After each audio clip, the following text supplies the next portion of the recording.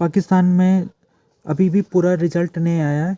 264 सीटों में से 256 का ही रिजल्ट अभी तक आया है।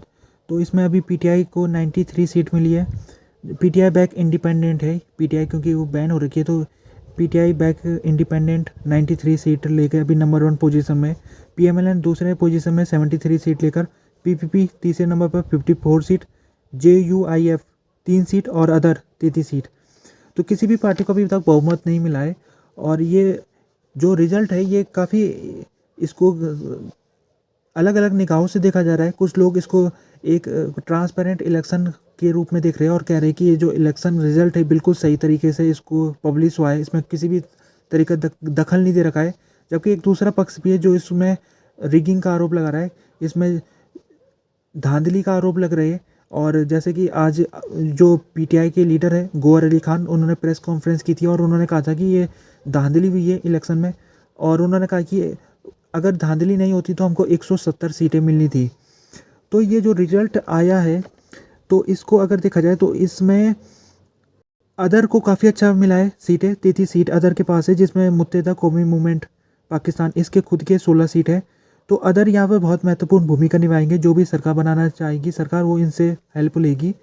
और अगर देख लेते सिनारियो क्या बनता है। सबसे बड़ी जो पार्टी है पीटीआई, उसको 93 सीट मिली है। और उस क्योंकि वो सीट उसकी एज ए ग्रुप नहीं है, वो इंडिपेंडेंट है, तो उसका फिर उसको दिक्कत आने वाली है।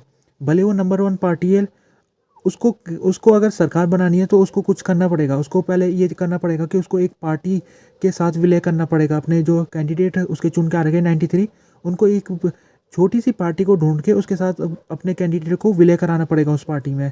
तो ये एक बातचीत चली है। एक छोटी सी पार्टी है, MLW नाम से वो पार्टी है, उसका शॉर्ट फॉर्म है MLW।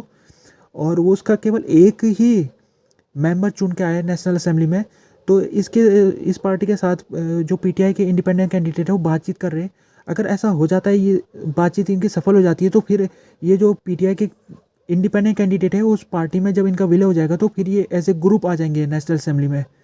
तो फिर इनको फ़ायदा ये पहुंचेगा कि इनको जो रिजर्व सीट है उसमें ये इनको जो सीटें हैं वो इनके कोटा से इनको मिल जाएगी।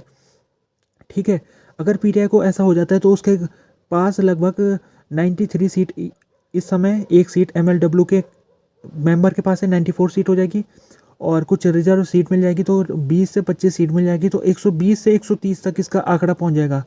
तो वो अभी मैजिक नंबर से दूर है। मैजिक नंबर के लिए लगभग 160 सीट चाहिए, 160 से 70 सीट चाहिए मैजिक नंबर के लिए, जो कि बहुमत जिसको कह सकते हैं। तो तभी भी पीटीआई दूर रहेगी। तो पीटीआई को कोई और भी ढूंढना पड़ेगा। तो हो सकता है क्योंकि अदर्स के साथ करे, कॉम्प्रोमाइज़ करे, उनको अपने साथ मिलाने की कोशिश करेगी, तभी जाके पीटीआई सरकार बना सकती है। तो पीटीआई के लिए राह बहुत मुश्किल है। अब दूसरे देख लेते हैं पीएमएलएन। पीएमएलएन के लिए भी मुश्किल है क्योंकि पीएमएलएन की सीटें 73 सीटें, जो कि काफ़ी कम है, उम्मीदों से काफ़ी कम है। क्योंकि पीएमएलएन का कहना था कि कम से कम उसको 100 सीटें तो मिलेगी, लेकिन इतना नहीं मिल पाया। तो अब देख लेते हैं पीएमएलएन कैसे सरकार बना सकती है। पीएमएलएन को अगर सरकार बनानी है तो उसको पीपीपी के साथ ज्वाइन करना पड़ेगा। पीएमएलएन प्लस पीपीपी प्लस मुत्तहिदा कौमी मूवमेंट। तो ये अगर इनकी सीटों को प्लस करें तो टोटल मिला के 130 से 140 के बीच आ जाती है। और रिजर्व वाली सीटें भी अगर ऐड कर देंगे तो 160 से 170 तक का जो मैजिक नंबर है उसमें पहुंच जाएंगे। तो पीएमएलएन ने इसी के लिए उसने नवाज शरीफ ने कल, जो पीएमएलएन के लीडर है, उन्होंने कल कह दिया है कि मैं सरकार बनाने के लिए तैयार हूँ, कोलिशन पार्टनर्स के साथ मैं बातचीत कर रहा हूँ। तो उन्होंने कहा है कि मैं पीपीपी और मुत्तहिदा कौमी मूवमेंट के लीडरों के साथ आने वाले समय में इनके साथ बातचीत करूंगा और इनके साथ सरकार बनाने की कोशिश करूंगा। तो पीएमएलएन ने कह दिया है कि वो तैयार है सरकार बनाने के लिए। और अगर वो पीपीपी और मुत्तहिदा कौमी मूवमेंट अगर तैयार हो जाती है सरकार में शामिल होने के लिए, तो फिर पीएमएलएन सरकार बना देगी। लेकिन ये जो सरकार बनेगी इसमें स्टेबिलिटी का एक इशू होगा, क्योंकि ये 3 पार्टी का कोलिशन होगा, जो कि काफ़ी स्टेबिलिटी के हिसाब से कमज़ोर रहेगा, कभी भी गिर सकता है ये कोलिशन। अब देख लेते हैं तीसरा सिनेरियो ये होगा पीपीपी, जो एक बहुत अच्छा प्रदर्शन जिसने किया है। बिलावल भुट्टो जरदारी की पार्टी है और इसको 54 सीटें मिली है, जो कि 2018 के चुनाव के मुकाबले 10 से 15 सीटें इसकी बढ़ी है। तो ये इसका प्रदर्शन इतना अच्छा रहा है कि ये एक कोशिश कर सकती है अपनी सरकार बनाने की। और इसके लिए सरकार बनाना सबसे मुश्किल टास्क होगा क्योंकि ये तीसरे नंबर की पार्टी है। लेकिन क्योंकि ये एक एक्स फैक्टर वाली पार्टी है, तो ये अपना क्लेम कर सकती है, जैसे कि जब पीएमएलएन इससे आएगी सपोर्ट मांगने तो पीपीपी फिर उससे एक डिमांड कर सकती है कि जो प्राइम मिनिस्टर होगा वो हमारा होगा।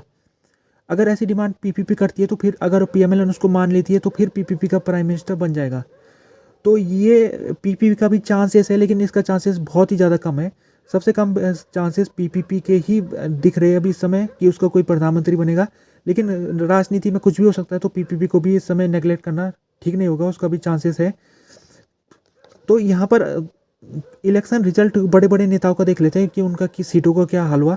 नवाज शरीफ को एक सीट में जीत मिली थी, जो कि लाहौर सीट से जीत हासिल हुई थी उन्हें, लेकिन वो जीत उनको काफ़ी करीबी मार्जिन से मिली थी। दूसरी सीट मंसेरा से उनको हार का सामना करना पड़ा। बिलावर भुट्टो को एक सीट जो उन्होंने अपने स्टेट सिंध से लड़ी थी उसमें उनको जीत हासिल हुई है, जबकि लाहौर से एक सीट उन्होंने लड़ने की कोशिश की थी जिसमें उनको हार का सामना करना पड़ा। जो इमरान खान ने उनको पहले ही डिस्क्वालीफाई कर दिया था, तो वो कोई भी सीट से चुनाव नहीं लड़ पाए। बैरिस्टर गौहर खान जो इस समय पीटीआई के प्रेसिडेंट है, तो उनको जीत हासिल हुई है। तो इस हिसाब से देखा जाए तो पीएमएलएन को लेकर काफ़ी यहाँ पर सवाल उठ रहे, क्योंकि नवाज शरीफ जिस सीट से जीते लाहौर की सीट से, उसमें सवाल उठ रहे कि वो उनको जिताने की कोशिश हुई है यहाँ पर, यानी कि कुछ घपला करने की कोशिश करके ही वो जीते हैं। और इसके अलावा जो शहबाज शरीफ है उनका मार्जिन भी काफ़ी कम है, उनके जो बेटे हमजा शहबाज उनका भी मार्जिन कम है।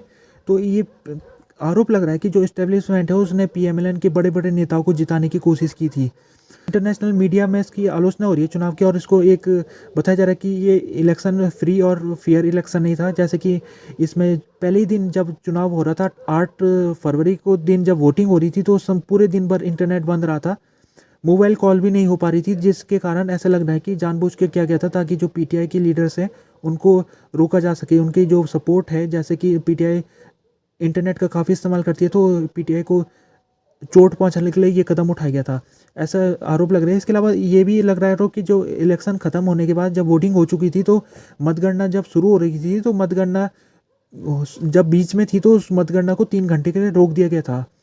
3 घंटे तक वो मतगणना रुकी रही, फिर उसके बाद दोबारा उसको चालू किया गया। तो क्यों रुकी रही, क्या वजह थी रोकने की, उसके ऊपर भी सवाल उठ रहे। इसके अलावा इलेक्शन से पहले भी कई कदम उठाए गए थे। इलेक्शन कमीशन ने पीटीआई का जैसे सिंबल ले लिया था, जिस कारण पीटीआई एज ए ग्रुप चुनाव नहीं लड़ पाई थी। तो ये बहुत ज़्यादा जो संकेत है वो बताते कि जो इलेक्शन है वो फ्री और फेयर इलेक्शन नहीं हुए थे। इंटरनल भी कुछ रिएक्शन आ रहे हैं, जैसे कि आर्मी के जो आर्मी चीफ है जनरल मुनीर, उनका भी स्टेटमेंट आया। उन्होंने कहा कि जो इलेक्शन है ये फ्री और फेयर तरीके से हुए थे, और साथ में वो ये कह रहे हैं कि इस समय एक ऐसी सरकार की ज़रूरत है जो कि काम करे लोगों के लिए। तो ये सवाल भी उठ रहे कि क्या जो वोटिंग है उसको अभी तक जैसे 2018 में भी ग्लिचेस हो गए थे सिस्टम में, जिस कारण सवाल उस समय भी उठे थे और अभी भी उठ रहे। तो फिर क्या करा जाए, क्या ये जो पोलिंग होती है पाकिस्तान में as a slip, voter slip द्वारा जो बैलेट बॉक्स होता है उसका इस्तेमाल होता है, तो क्या इसको अब चेंज कर देना चाहिए, क्या वहाँ पर ईवीएम का सिस्टम अपनाना चाहिए। तो इसी को लेकर जो पाकिस्तान के प्रेसिडेंट है प्रेसिडेंट अलवी, उन्होंने आज ट्विटर में लिखा, उन्होंने कहा कि इसको अब चेंज करना चाहिए, अब यहाँ पर हमको ईवीएम का इस्तेमाल करना चाहिए ताकि ऐसी दिक्कतें दोबारा ना आए।